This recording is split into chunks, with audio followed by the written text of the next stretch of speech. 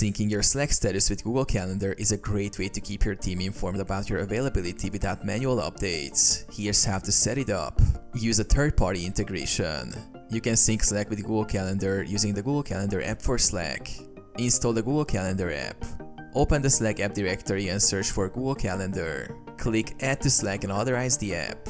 Connect your Google account. Once installed, click the Google Calendar app in Slack. Follow the prompts to connect your Google account. Enable status sync.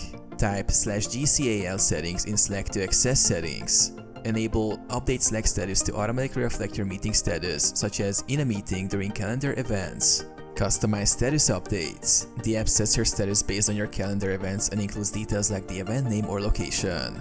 You can adjust preferences, such as setting your status to Do Not Disturb during events. Test the integration.